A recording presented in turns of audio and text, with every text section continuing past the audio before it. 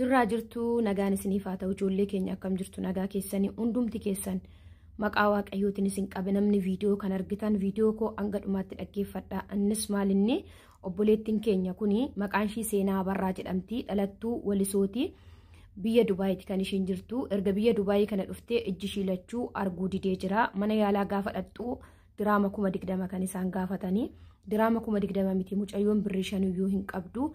Gaafa kana madamin ishii baaftee alatti ishii gattee jirti. Achiin taaksiidhaan ishiin bakkee ishiin deemteen beeku ijoollee bira deemtee achi jirti. Kanaafi waan ittiin mana yaalaa dhaqxus dhabdee jirti, akkasumallee tikkeetti ittiin biyya ishii galtus dhabdee jirti.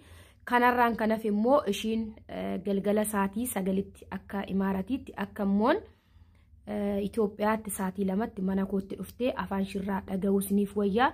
Isheen isinitti himattu ijoolleen keenya harka fuudhee jaalatamtoota kabajamtoota hordoftoota keenya jirtu fayyaa keessanii baga nagaa fayyaa taatan isiniin jecha.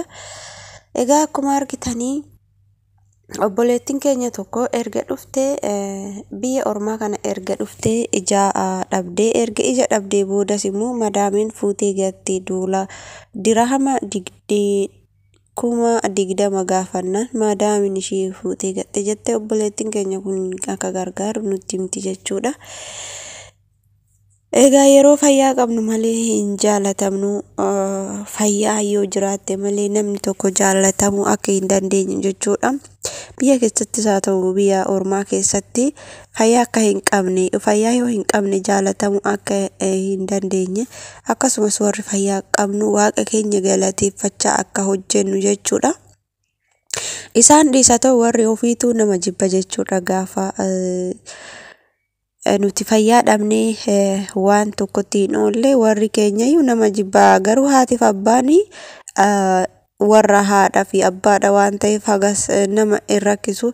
Osoo biyya ofii ta'ee nama hin rakkisu, iddoowwan garaagaraa deemaniiti fayyina argatu.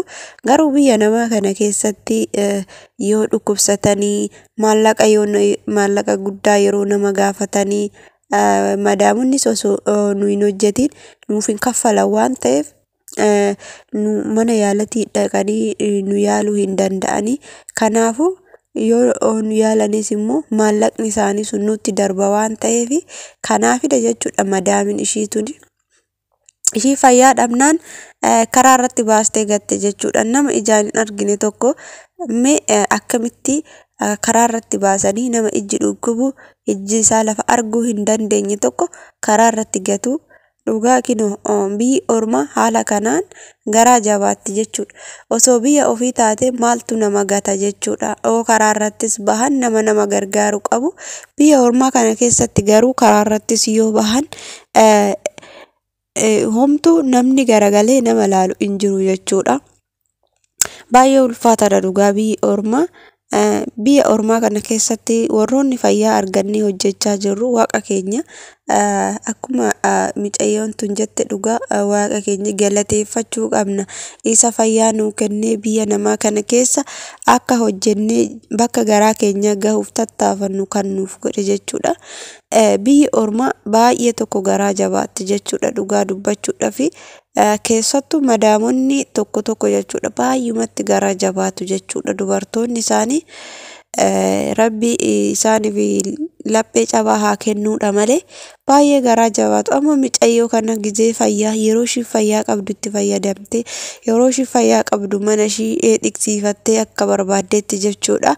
Har'a garuu ishii fayyaa dhabdee ijaan lafa arguu dinnaan baastee karaa irratti gatte jechuudha. Osoo nama argattee taaksiidhaan mana ijoollee mana beektuu osoo dhaquu baatte baay'ee rakkisaadha jechuudha. Egaa biyya ormaa kana keessatti warroonni miidiyaa irra fayyadamnu, warroonni bilbila harkaa qabaannee miidiyaa fayyadamnu immootu warroota akkanaa kana gaafa gargaarree yookaan gaafa biyyattis gargaarree gaalfame gaafa immoo asittis gargaaranii fayyitee hojii seente baay'ee tokko gaariidha. Kuni hojii waaqayyoon jaalatudha jechuudha. Wal gargaaruun karaarraa wal kaasuun jechuudha. Yoo isinii danda'ame obboleettii keenya kana micayyoo tuni micayyoo walisooti, dhalattuu walisooti. Kan viidiyoo irratti hojjette tunis dhalattuma walisooti jechuudha. Kanaafuu warri micayyoo tana beektan namni wallaale hin jiru jechuudha. Duraan burtee walisoo jedha TikTokiin ishii amma immoo siifanitti jijjiirtee jirti. Namni hin beekne hin jirtanii keessan dubbistanii warroonni gargaaruu barbaadan micayyoo tana gargaartanii yoo biyyattis galte yookaan immoo asittis yoo yaallamte fayyuu dandeesse jechuudha. Yeroo biyyatti galtes fayyuu hin dandeessi. Garuu ijji ishii kun uumamaanii miti kan qabame as erga dhuftee biyya ormaa kana keessatti jechuudha. Dhukkubsattee ijji ishii lamaan kan qabame.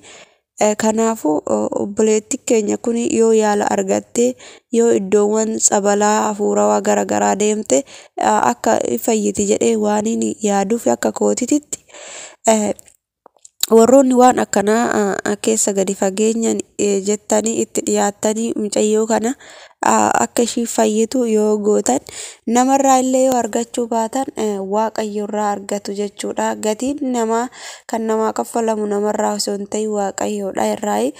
Akkasiin isiniin jedha hordoftoota kiyyaa warroonni mana namaa keessa hojjettan adaraa fayyaa keessan eeggadhaa. Fayyaa warri qabdan immoo ofitti hin tamarrarinaa. Waan tokko gaafa hir'ate waan san akkaman dhabe jennee waaqa keenya mararraa yookaan immoo maaliif akkana na goote jennee yeroo waaqa keenya itti dararruutu dhufa jechuudha. Akkas jechuu irra kanas kan naa kennes kan kana booda teessumatu beeka jedhanii waaqa ofiitiif galata galchuu isa fayyaa namaaf kenneefi akkasuma warri fayyaa qabneetu hojjennu kun warroota fayyaa dhaban kanaafi gaafa hirkoo taane akkasitti gaariidha. Wantoota akkanaa kanarratti baay'inaan hin hojjetamu jechuudha. Miidiyaan wantoota akkanaa kanarratti miidiyaan hin hojjetu jechuudha. Sabaaqa garaagaraa, tapha garaagaraa, kolfa garaagaraatiin jechuudha kan irra baay'atu TikTokiin. Wantoota akkanaa kana namoota muraasa namni garaagaree tolaalu warroonni beekamtii qaban warroonni miidiyaa irratti ija qaban ilaalan jechuudha. Kanaafuu isin immoo of eeggachuu qabdu. Viidiyoon kiyyaa asuma irratti dhumataa.